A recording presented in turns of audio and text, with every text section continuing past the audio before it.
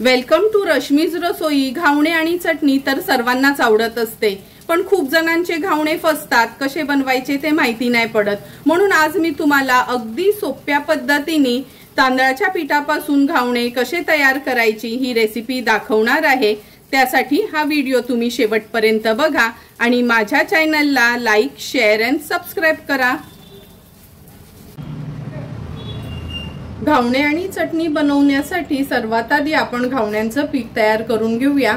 घावण्यांचं पीठ तयार करण्याकरता मी हे 1 किलो रेशनचे तांदूळ घेतले आहेत। तुम्ही कोणताही तांदूळ वापरू शकता, म्हणजे ज्याचा भात चिकट होत नाही असा वाडा कोलम पण वापरू शकता। फक्त तो तांदूळ जुना हवाय किंवा आपले पटणीचे तांदूळ असतात ते देखील वापरू शकता। आता हे 1 किलो घेतलेले तांदूळ आहेत ना रेशनचे, आपण एक 3 ते 4 पाण्यात स्वच्छ धुवून घेऊया। रेशनचे तांदूळ थोडे ना असे हाताने चांगले चोळून आपण धुवून घेणार आहोत। मी हे नळाखालीच धुवून घेते, म्हणजे सारखं पाणी बदलता येईल। हे बघा, हे तांदूळ आपण जवळपास एक 4 पाण्यात तरी स्वच्छ धुवून घेतले आहेत। आता ह्या पातेल्यावर मी ही चाळण ठेवते।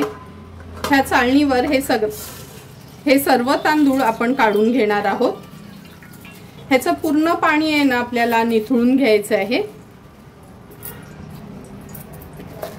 व्यवस्थित पाणी निथळून झालं ना काच आपण हे तांदूळ वाळत ठेवणार आहोत। असे पसरवून घेते, म्हणजे पाणी व्यवस्थित निथळलं जाईल।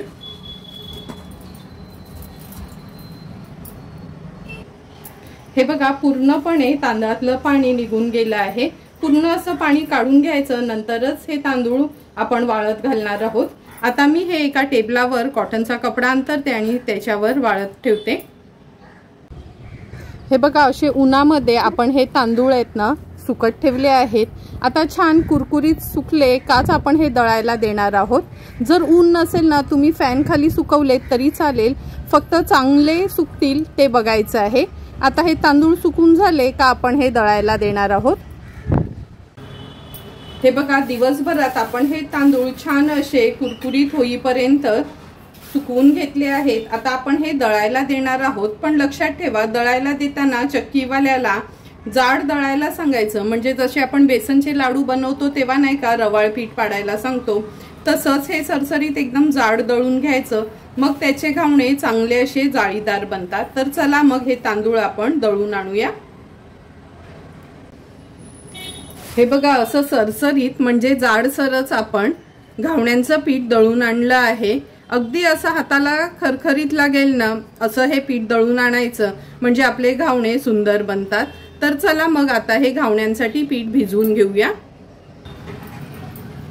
आता हे वाटीभर पीठ मी घेतलं आहे, थोडं चाळून घेते। ही जाड चाळणी आहे, म्हणजे एकदम बारीक पीठ राहणार नाही, तसं रवाळच चाळलं जाईल।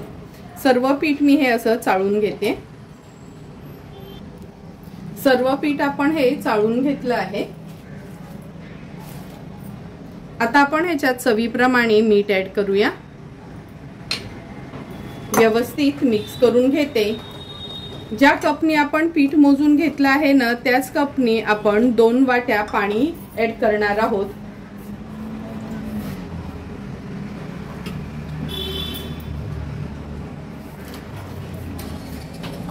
पीठ व्यवस्थित भिजवून घ्यायचे।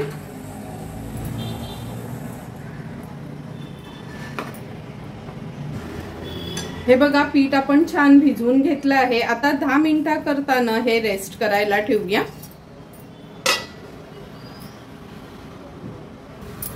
पीठ रेस्ट होईपर्यंत घावण्यांसोबत खाण्याकरता आपण चटणी वाटून घेणार आहोत। 1 ओल्या खोबऱ्याची कवड खिसून घेतली आहे। 3 ते 4 हिरव्या मिरच्या वापरणार आहोत। मूठभर कोथिंबीर, लिंब वापरणार आहोत थोडासा।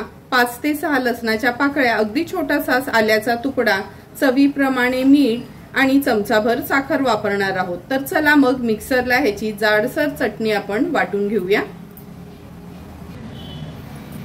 ही बघा, छानशी आपण चटणी वाटून घेतली आहे। आता एका बोलमध्ये ही काढून घेते आणि लगेचच घावणे बनवायला पण सुरुवात करूया।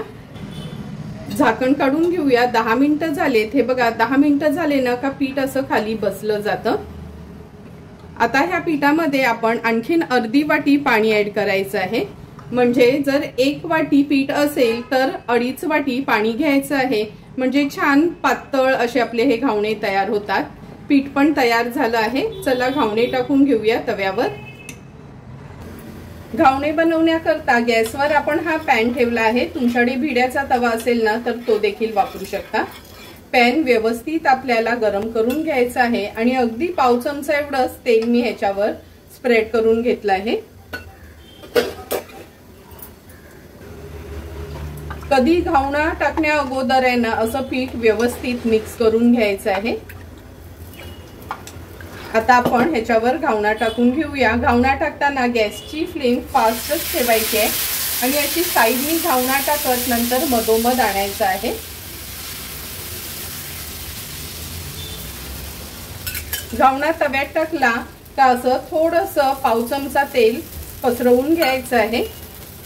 झाकण ठेवूया ह्याच्यावर आणि 1 मिनिट भरासाठी लो फ्लेमवर वाफ काढून घेणार आहोत। मिनिटभर झाला आहे, झाकण काढून घेऊया। कधी ना झाकण काढलं का लगेच घावणा मोकळा करायला जायचं नाही। आणखीन मिनिटभरासाठी लो टू मीडियम फ्लेमवर त्याला असंच होऊ द्यायचं आहे, म्हणजे छान तो मोकळा होतो। आणखी मिनिटभर झाला आहे। आता गॅसची फ्लेम मी हाय करते। हाय फ्लेम केली की हळूहळू हा घावणा आपण मोकळा करून घेऊया। हे बघा किती इझिली मोकळा होतो। त्यासाठी आहे ना तवा चांगला तापून घ्यायचा आहे। असा हे बघा पलटून घेतला आहे। किती सुंदर असा आपला हा फक्त तांदळाच्या पिठाचाच घावणा तयार होतोय। आता अर्ध्या मिनिटासाठी मागची बाजू पण शेकून घेऊया। अर्धा मिनिट झाला आहे। आता हा घावणा आपण काढून घेऊया। मी प्लेट मध्ये ना असा हा नॅपकिन ठेवला आहे, म्हणजे पूर्ण वाफ ना ह्या नॅपकिनला जाते आणि आपले घावणे छान असे मोकळे होतात, म्हणजे एकमेकांना चिटकत नाही। दुसरा घावणा होईपर्यंत हा घावणा आपण असाच नॅपकिनवर ठेवणार आहोत। आता पहिल्या पद्धतीने दुसरा घावणा पण तव्यात टाकून घेते आणि प्रत्येक वेळी घावणा टाकताना असं ना पीठ व्यवस्थित मिक्स करून घ्यायचं आहे।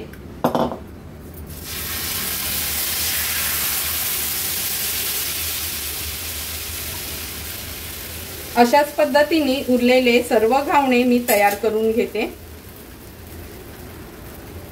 हे बघा दुसरा घावणा पण आपला होत आला आहे। आता हा जो पहिला घावणा काढलाय ना ह्याची पूर्ण वाफ गेली आहे। आता हा घावणा मी एका ताटात ठेवते आणि कधी पण ना असं परात किंवा मोठं ताट घ्यायचे आणि मोकळे मोकळेच हे घावणे ठेवायचे, म्हणजे जेव्हा गार होतील ना मग एकमेकांना चिटकत नाही। तर चला मग हा घावणा मी आता काढून घेते। आता दुसरा घावणा आपण ह्याच्यावर घालूया। अशाच पद्धतीने सर्व घावणे आपण तयार करून घेणार आहोत।